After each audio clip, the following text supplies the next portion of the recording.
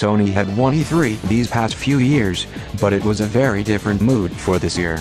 Not worse by any means, but just different. They didn't have live music throughout the event, except for the very beginning. They had this Indian music to set the mood for what appeared to be a new Uncharted game set in India. Looked very neat. These two women were the main characters as they were off on a grand adventure together. No Nathan Drake from what they showed off. Following that up is Horizon Zero Dawn and a winter-themed DLC expansion. The Frozen Wilds. I like the powder effects on the models.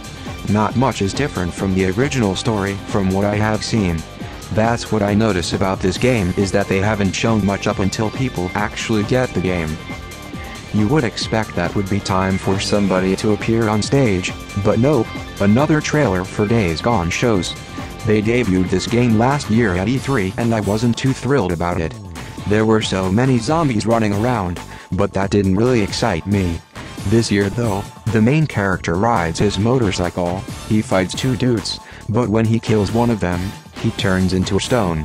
Was that supposed to happen? I thought that was weird. Zombies are hanging up on stage as the trailer is going on. Not many flashy things go on stage for the rest of the show, which was weird. But the main character sets a trap for a dumbass to step in, I'm not sure why, then he climbs down to see a horde of zombies. A camp is in his way and he uses explosive to sick a crowd of zombies onto a group of other people.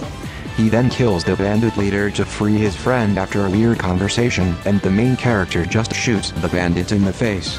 The trailer ends with a zombie bear covered in barbed wire. A disturbing visual, but many people would like to know what happens next. Monster Hunter World was unveiled, looked pretty cool. I tried to like this series. I bought 2 Monster Hunter games for the Wii and the 3DS and I ended up having to take them back to GameStop because it didn't really intrigue me. Killing giant animals and collecting items from its carcass did not provide me with enough satisfaction. It's cool that they're making a realistic version, but I don't know if there's enough there for me to give it a third chance. Shadow of the Colossus is back as Shadow of the Colossus. Not a long video, and didn't really look like an actual game.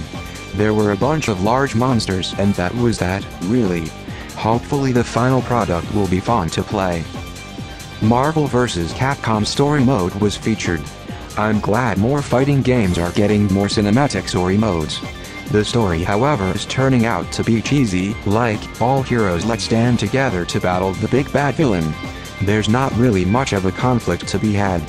If you played Mortal Kombat or Injustice, you'll see conflict, you'll see major thing going on before the final showdown takes place. This, I'm not too sure about. They should have shown off how more of the characters played in a real match. Call of Duty, World War II is next. Just a new trailer that showed various points of the game and its single-player campaign. It's Call of Duty, what can I say? The people who play it will play it and the people who hate it won't. Skyrim in virtual reality was next.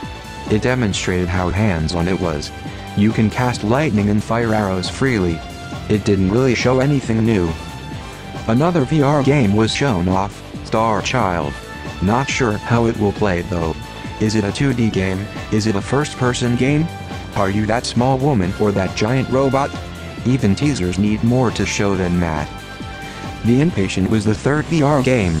Not really much went on. Just an old man talking, and that was it. VR game number 4. Fishing with Noctis. Yes, a Final Fantasy fishing game. Seriously? I get that they want to make a fishing game, but centering it around Final Fantasy doesn't really make it cool. Last year they showed off Final Fantasy 15 in VR, and it did not look appealing at all. They could make a VR fishing game fun if they made it its own innovative game. Remember Link's crossbow training? It reminded me of that. No crowd reaction at all for these virtual reality games. But wait. There's more. Bravo Team, a generic-looking co-op shooter. Well now we have a VR game that looks interesting. It's called Moss, ironically the most interesting VR game they showed. Let's go look at Moss. You guide a mouse with a sword around temples and help him fight knights. Very interesting art style. I can't imagine this to be a physical release game though. No more virtual reality games as we see a new trailer for God of War. More moments with old Kratos and his son. This was a cool trailer. Even though this game is supposed to be more Tomb Raider-y, they showed a ton of hack and slash moments and more story elements where Kratos' son develops as a new character. Kratos has an axe he can summon, and that transforming shield was pretty nice. I'm thinking this is like a franchise reboot of God of War now that we're getting to see the human side of Kratos. But God of War is shaping up to be an epic game. Detroit Become Human. Okay, this seems a lot more interesting from last year's reveal. It looks a lot different, too. You control a character named Marcus, and aside from multiple choices, now you can look around your environment for decisions to make to carry on the story.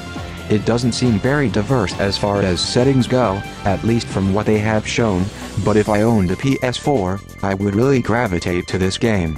My one nitpick was that girl's shirt with the shoulder missing. In Arctic Detroit? Come on. This ain't a Japanese RPG. A Destiny 2 trailer was shown next.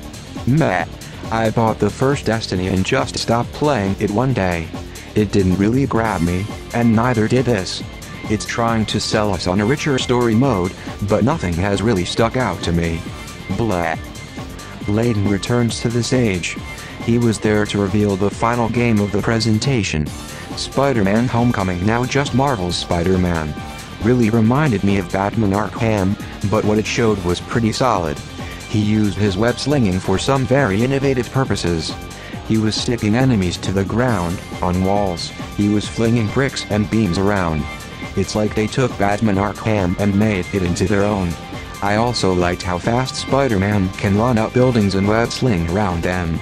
They do have rock-steady beat in that aspect because Batman just has that glide he can do. Spidey's quick wit was there as well. That was an amazing demo, no pun intended. It was a well-put-together gameplay trailer, but I think God of War should have ended the show, since that's the game people were more hyped for. It really got people more interested in Spider-Man with that video, but I'm sure they could have shown something big for God of War, and I'm not talking about the huge snake. But maybe I'm wrong. Maybe there's still a lot they have to work on until November. And that was Sony's E3 experience. A lot shorter and simpler compared to previous years. No PS5, no new portable system, no Death Stranding, no indie games, or any other system announcements. They had much less to show compared to Microsoft's conference, but they only showed their big games, and some VR games, but I digress. Instead of showing every possible game that is coming out in the next year, they only gave us all the major titles and the games most of us should look out for. They didn't really have a lot to prove like Microsoft did. While Microsoft is desperate for console sales, Sony is just doing business as usual. Nothing really monumental for Sony, nothing like new hardware. They just know that they have to keep doing what they're doing because they're in a very comfortable lead in the console race. Was it better than Microsoft's? Yeah, by a little bit.